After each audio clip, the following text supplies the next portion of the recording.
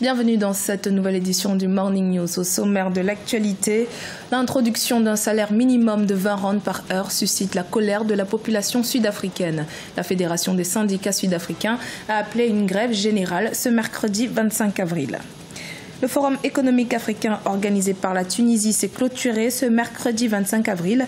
Une rencontre qui, pour une première, a eu un franc succès pour la plus grande satisfaction des autorités tunisiennes. Environ 800 acteurs économiques étaient réunis pour parler de l'intégration économique continentale.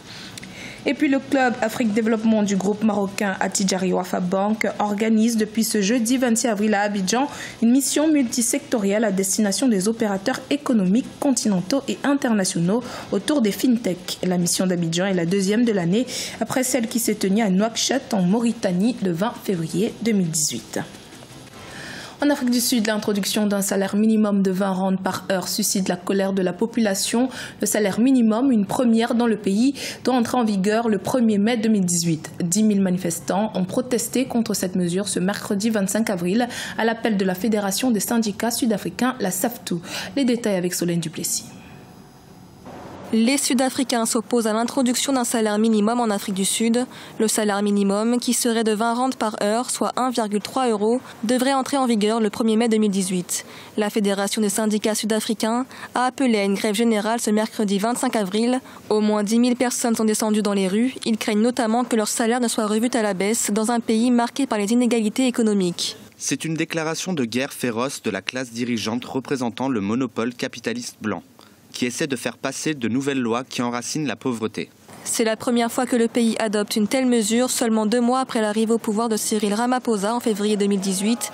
Le président sud-africain, qui avait promis de relancer l'économie du pays, est aujourd'hui confronté à son premier mouvement social de grande ampleur. Cyril Ramaphosa, il va se retrouver là le 1er mai avec cette loi à mettre en œuvre, mais la solution qui intéresse beaucoup plus le Sud-Africain, ce n'est pas seulement les salaires minimums, mais c'est aussi la lutte contre le chômage.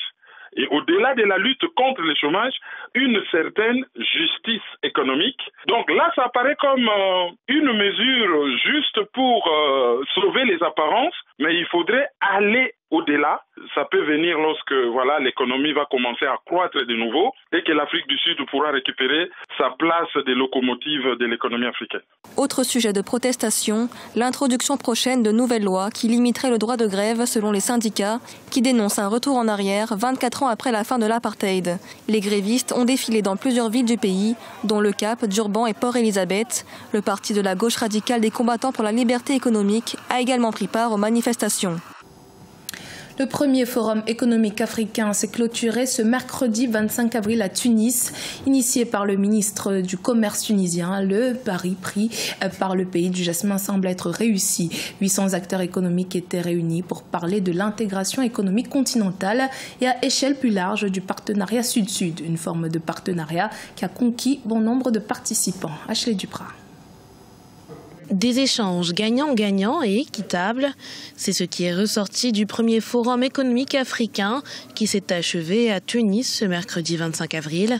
Un événement où 800 acteurs économiques de 38 pays du continent ont évoqué la mise en œuvre d'un partenariat novateur et mutuellement bénéfique entre tous les opérateurs. C'est gagnant-gagnant. C'est gagnant-gagnant parce que moi j'ai fait beaucoup de rencontres hier avec des sociétés tunisiennes dans tous les secteurs, dans le domaine de l'agro-industrie, dans le domaine du BTP, dans le domaine des énergies renouvelables.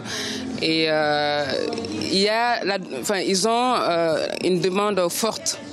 Et nous avons un besoin de développer nos pays. Donc je pense que l'État malien peut avoir à gagner à développer ces secteurs-là. Et la Tunisie gagnerait aussi. Un optimisme économique largement partagé par les participants qui considèrent que l'intégration économique africaine, et notamment celle de la Tunisie ou de l'événement, est un premier pas vers l'émergence économique du continent. Un partenariat Sud-Sud qui permettrait de privilégier les relations entre États africains et promouvoir les potentialités de chaque pays. Je crois à cette relation Sud-Sud qui est très importante pour l'Afrique, pour son développement. Et il serait intéressant surtout de voir les problèmes auxquels nous sommes confrontés et qu'il va falloir traiter cas par cas pour pouvoir régler ces problèmes. Il y en a des défis à relever par l'Afrique Et je pense que justement, en se voyant dans des petits groupes un peu plus restreints, il serait possible de trouver des solutions à certains problèmes qui sont cruciaux. Alors que les exportations de la Tunisie à destination de l'Afrique subsaharienne restaient jusque-là très faibles, la prochaine adhésion du pays du jasmin au marché commun de l'Afrique orientale et australe, COMESA, pourrait constituer un tremplin dans ses échanges commerciaux avec le continent. Le groupe panafricain Attijari Wafa Bank organise depuis ce jeudi 26 et ce jusqu'au vendredi 27 avril à Abidjan une réunion multisectorielle du Club Afrique Développement. Ce club d'hommes d'affaires de différents pays africains est né du Forum international Afrique Développement organisé chaque année à Casablanca au Maroc par le groupe Attijari Wafa Bank. La mission d'Abidjan permettra notamment de parler de l'apport des technologies dans la banque. Reportage de notre correspondant Olivier Connor. Le Club Afrique Développement est une plateforme créée après 5 éditions du Forum international Afrique Développement. Il a créé une dynamique de coopération sud-sud à travers des investissements majeurs sur des secteurs structurants du continent comme les matériaux de construction, les services bancaires et financiers ainsi que les assurances. El Mada, la holding du groupe Attijari Wafa Bank, a investi 600 millions d'euros en Afrique hors du Maroc. Il s'agit de mettre en réseau les communautés d'affaires du continent à l'image du réseau des 16 banques du groupe Attijari Wafa Bank et de capitaliser l'impact du Forum Afrique Développement. Il a réuni plus de 7000 entreprises de plus de 36 pays du continent et fait générer plus de 17 000 rendez-vous d'affaires. Et ce forum, aujourd'hui considéré vraiment comme une référence importante, est une initiative de l'actionnaire de référence du groupe Attijari Wafa Bank, le fonds d'investissement panafricain El Mada. El Mada qui signifie la portée sur le long terme, la perspective, la vision. C'est un fonds d'investissement à capitaux privés qui est l'un des plus grands fonds aujourd'hui sur la scène continentale.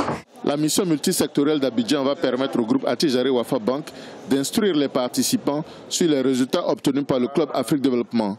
Il s'agira également d'expliquer l'apport de la technologie dans le secteur bancaire à travers l'acronyme FinTech. On peut faire beaucoup d'opérations à travers son portable, à travers son ordinateur. Il y a une révolution de l'activité bancaire et le FinTech apporte considérablement de la simplicité, de la modernité, de l'innovation dans les activités bancaires. Nous avons donc lancé des produits innovants pour le bien de nos clients.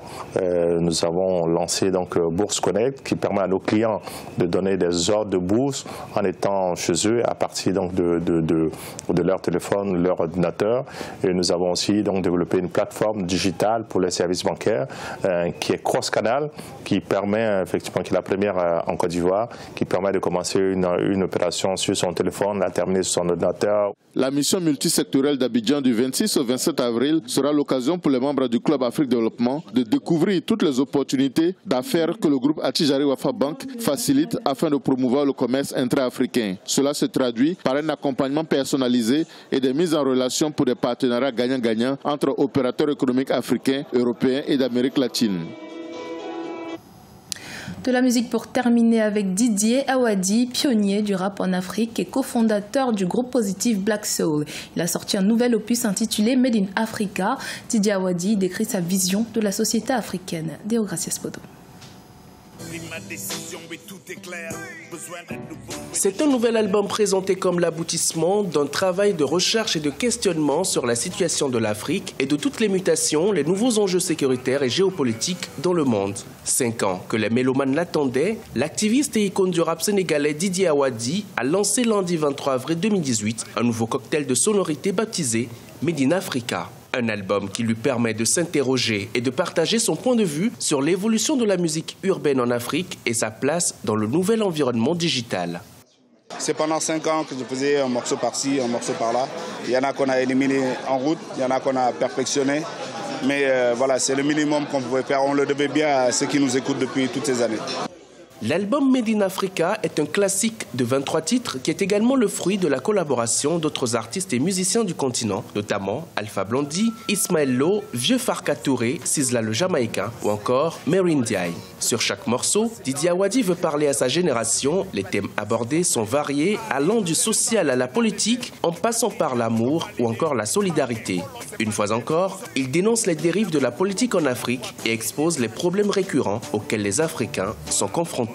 Je pense qu'il faut aller jusqu'au bout de la démarche. Je suis un panafricaniste et la vie m'a mis sur mon chemin des super artistes qui arrivent de beaucoup de pays d'Afrique. Voilà, ça ne fait que conforter ma vision panafricaniste. Donc quand je suis avec tous ces gens qui arrivent de différents horizons, avec différentes bases culturelles, voilà, ça ne peut que m'enrichir. À 48 ans, le rappeur sénégalais n'a rien perdu de sa passion, de sa détermination et de la sincérité de ses écrits. Plusieurs titres fort personnels et intimistes figurent sur son nouvel opus. L'artiste parle de ses déboires, de ses déconvenues, des trahisons et des moments de doute face à la jungle humaine. Didi Awadi a pour modèle dans la musique Bob Marley et Alpha Blondy. Il voue également une grande admiration à l'ancien président burkinabé Thomas Sankara, dont il a donné le nom à son studio d'enregistrement.